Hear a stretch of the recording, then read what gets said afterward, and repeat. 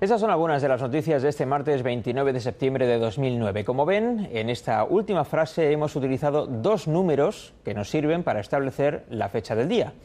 De números vamos a hablar. Estamos rodeados de números permanentemente, desde la cuota de la hipoteca hasta las claves de Internet. Y de esto se ocupa el libro de quien hoy va a estar con nosotros aquí, en La Noche en 24 horas. Fernando Blasco, buenas noches. Muy buenas noches. Muchas gracias. Acaba de escribir un libro que nos llama mucho la atención por su título, El periodista matemático. Ahora nos dará alguna explicación, la influencia de las matemáticas en la vida cotidiana. Para empezar, le voy a pedir que anime a la gente que está en casa viendo el canal a no cambiar de canal porque vamos a hablar de matemáticas. ¿Por qué se tienen que quedar a vernos? Bueno, pues por ejemplo, los que están en casa y los que están por internet también pueden verlo, ya que las redes sociales tienen muchísimo que ver con las matemáticas. Hay muchos números por ahí por el medio. Hay muchos números, muchos datos y la tecnología, la televisión, pues debajo hay ondas y las ondas son física y matemáticas. Bueno, ¿qué se va a encontrar la gente que empiece a leer este libro? ¿Qué va a descubrir aquí dentro? Va a encontrar matemáticas muy sencillas. Y cómo las matemáticas no se deben temer. ¿Eso no son términos incompatibles? ¿Matemáticas y sencillas? No, para nada, para nada. Por ejemplo, el fútbol, habrá muchos aficionados al fútbol y entonces el balón clásico de fútbol es, por ejemplo, un sólido arquimediano. El nombre es una palabrota, pero si decimos que es una figura compuesta por hexágonos, que suelen ser las partes blancas del balón, y los pentágonos, la negra, pues es algo que estaba descrito ya por Arquímedes, bueno, pues en los tiempos de los griegos. Entonces, las matemáticas en realidad aparecen en todas partes y pueden resultar divertidas. Si eso es así, ¿por qué en general nos cuesta tanto, cuando hemos sido estudiantes, a los estudiantes de ahora les cuesta tanto meterse con las matemáticas y decir cuánto me gusta esta asignatura? Bueno, quizás es porque normalmente pues uno intenta resolver problemas o hacer la parte más seria de las matemáticas.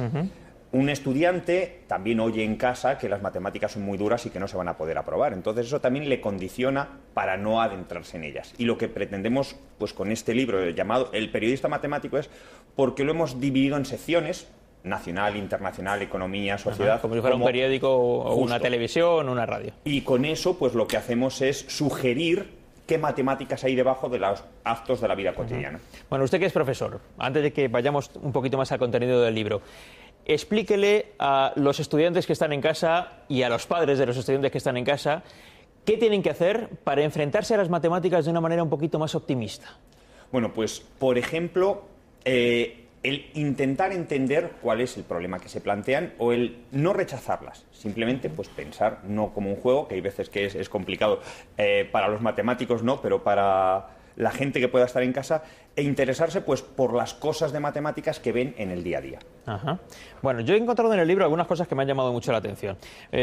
Pero antes, hoy, por ejemplo, es noticia, los presupuestos generales del Estado. ¿Cómo conseguimos entender esa cantidad de números que caben en ese pendrive, en ese lápiz digital que nos ha enseñado el presidente del Congreso? Bueno, eso es complicado. Eso incluso los matemáticos entendemos los números. Ya la economía la entienden los economistas, pero se basa en modelos matemáticos. Eso es, bueno, pues los matemáticos, pues hay unos que se especializan en economía, otros se pueden especializar en salud.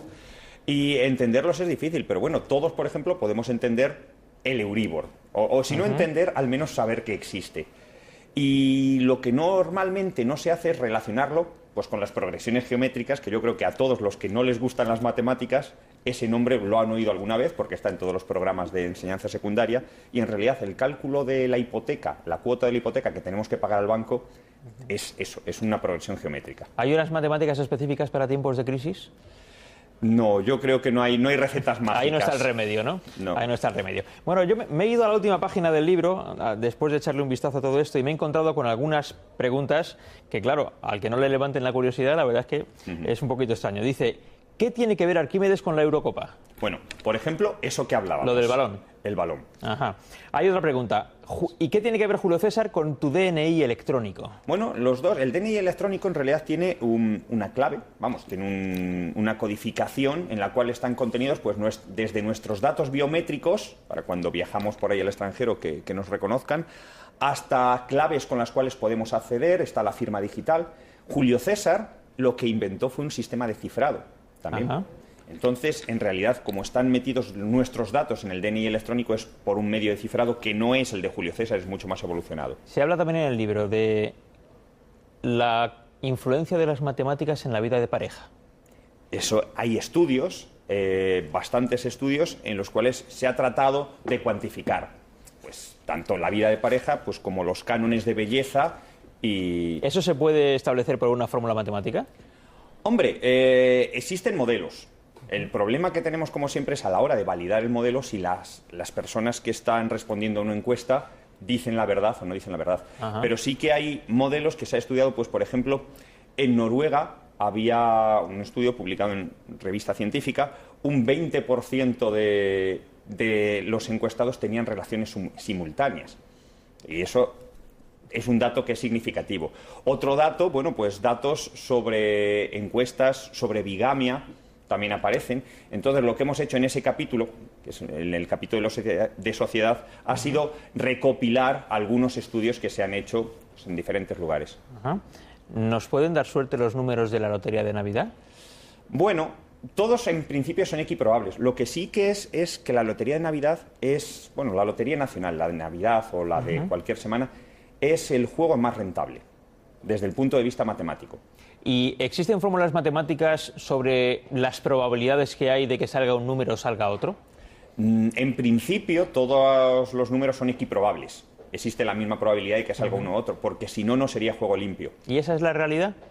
Ya eso no lo sabemos. Yo creo que sí, porque suelen quedar las cosas bastante repartidas.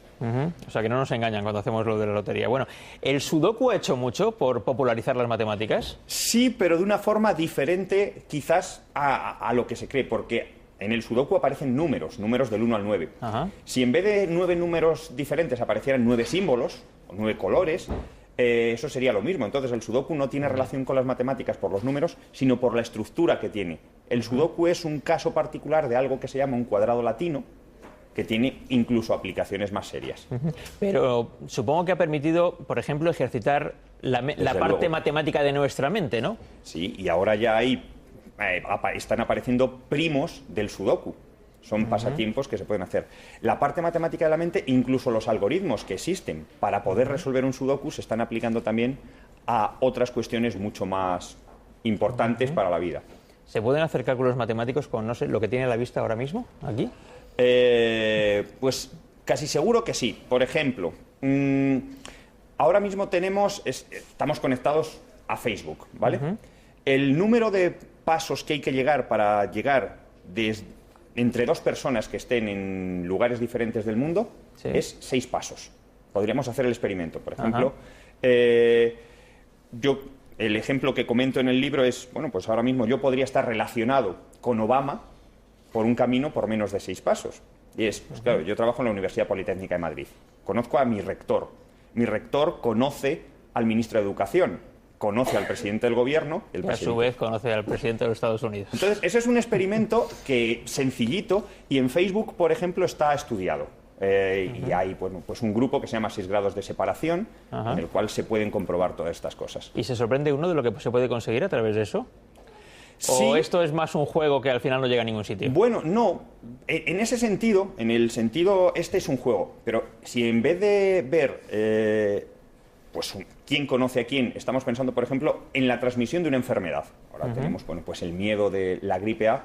En realidad, en 6 pasos podría llegar un virus de una persona a otra. Entonces, las redes de comunicaciones, en realidad son nodos. Convendría saber, pues, si alguien quiere vulnerar un sistema de comunicaciones, Internet o otra cuestión, entonces debería saber a qué nodo es al que debe apuntar para destruirlo, y entonces, consecuentemente, nosotros deberíamos proteger, quien se encargue de ello, ese nodo para que no sea vulnerable. Fernando Blasco, autor del Periodista Matemático, le agradecemos que haya estado esta noche con nosotros. Muchas gracias. Buenas noches. Continuamos con más.